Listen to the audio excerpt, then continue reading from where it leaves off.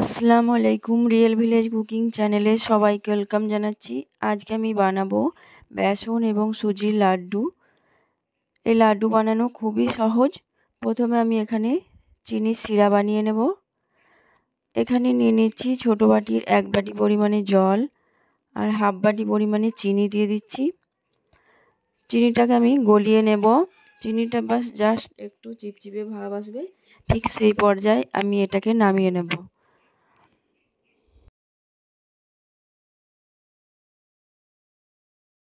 এখানে বলে রাখি, আমার চ্যানেলে যারা নতুন, চ্যানেলটা সাবস্ক্রাইব করবেন এবং বেল আইকন প্রেস করবেন যাতে ভিডিও সবার আগে আপনার কাছে পৌঁছায়। শিরাটা বানানো হয়ে গেছে, এটা আমি এক সাইডে রেখে দেব। এবার এর মধ্যে নিয়ে নিয়েছি 1 বাটি পরিমাণে বেসন আর নিয়ে নেব 1 বাটি পরিমাণে সুজি।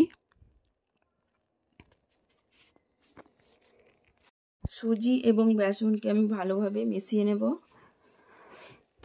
দুটো একসঙ্গে ভালোভাবে মিশিয়ে নিতে হবে।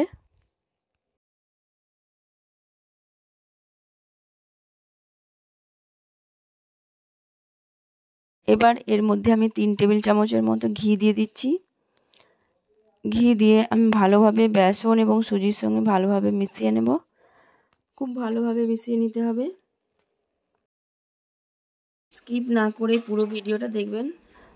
আর এই রেসিপি বানানো খুবই সহজ।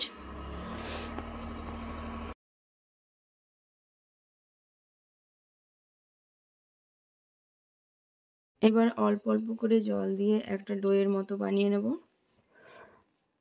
আমি এই লাড্ডুটা একটা নতুনভাবে বানাচ্ছি।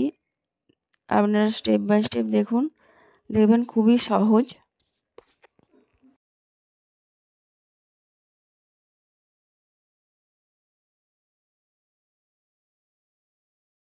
এই রকম একটা শক্ত ডো তৈরি করে নিয়েছি।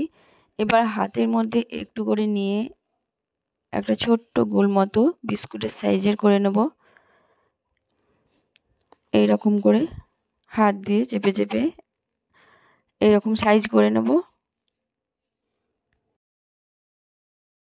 একইভাবে প্রতিটা আমি বানিয়ে নিচ্ছি। এই দেখুন এইরকম করে সব কটা বানিয়ে নিয়েছি। এবার এইগুলোকে আমি ফ্রাই করে নেব। দিয়ে দিয়েছি ভেজিটেবল অয়েল। অয়েলটা আমি গরম করে নিয়েছি। আমি চেক করে নিয়েছি অয়েলটা গরম হয়েছে কিনা। এবার একে একে করে সব কটা দিয়ে দিচ্ছি।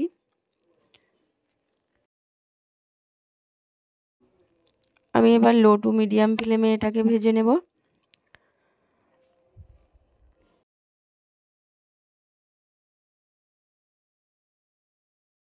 এক সাইডটা হয়ে গেলে অপর সাইডটা উল্টে দিচ্ছি।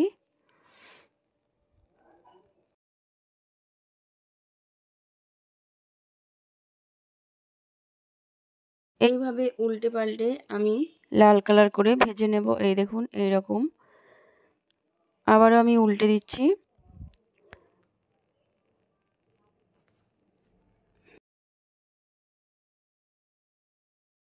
এগুলো ভাজা হয়ে গেছে, আমি একে একে করে তুলে নিচ্ছি।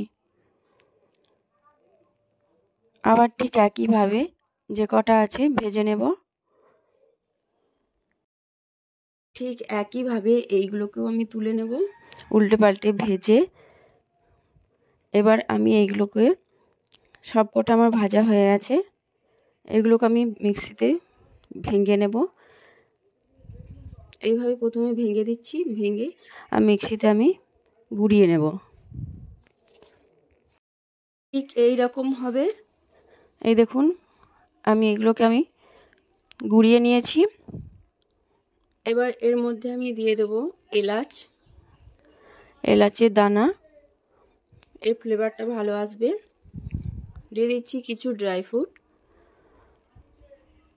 আমন্ড বাদাম এবং কাজু বাদাম। আপনারা যে কোনো ড্রাই ফ্রুট দিলেও হবে, আপনার পছন্দ মতো। আমি এইগুলোকে ভালোভাবে মিশিয়ে নিচ্ছি বেসন এবং সুজির সঙ্গে।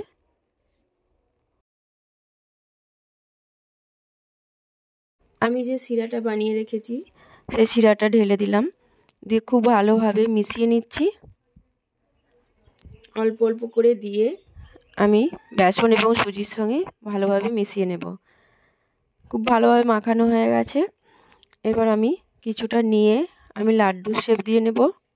এইভাবে চেপে চেপে তারপর হাতের তালুর মধ্যে দিয়ে ভালোভাবে লাড্ডুর শেপ দিয়ে নিতে হবে, এইভাবে ঘুরিয়ে। এখানে বলে রাখি, আমার চ্যানেলে যারা নতুন, চ্যানেলটা সাবস্ক্রাইব করবেন এবং বেল আইকন প্রেস করবেন যাতে ভিডিও সবার আগে আপনার কাছে পৌঁছায়।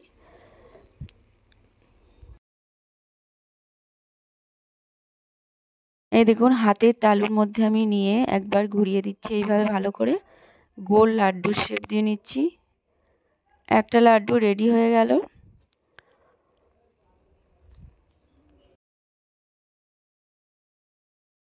এই দেখুন, ঠিক এইরকম আমি ঠিক একইভাবে যে কটা আছে সব কটা লাড্ডু বানিয়ে নেব। আবারও কিছুটা পরিমাণ নিয়ে নিচ্ছি, দিয়ে হাতের তালুর মধ্যে দিয়ে এইভাবে ঘুরিয়ে লাড্ডুর শেপ দিয়ে নিচ্ছি। আমি সব কটা বানিয়ে নেব। একটা প্লেটের মধ্যে নিয়ে নিয়েছি। এই দেখুন, লাড্ডুগুলো দেখতে অসম্ভব সুন্দর এবং খেতে খুবই টেস্টি। আমার এই লাড্ডুর রেসিপি আপনাদের কেমন লাগলো কমেন্টে জানাবেন। আপনারা বাড়িতে ট্রাই করবেন, দেখবেন খেতে খুবই টেস্টি আর বানানো তো খুবই সহজ। তাহলে ঝটপট দেরি না করে আপনারা বাড়িতে বানিয়ে ফেলুন এই লাড্ডু। আপনারা যে কোনো অনুষ্ঠানে এই লাড্ডু বানাতে পারেন, বানানোর কোনো ঝামেলা নেই, সহজেই বাড়িতে বানিয়ে নিতে পারবেন।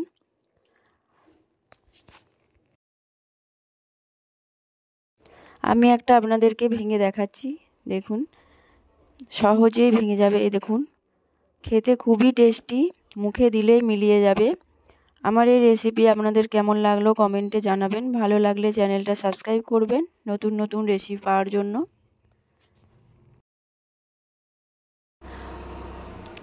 বাচ্চারাও এই রেসিপি খেতে খুবই পছন্দ করবে, তাহলে ঝটপট দেরি না করে বাড়িতে বানিয়ে ফেলুন।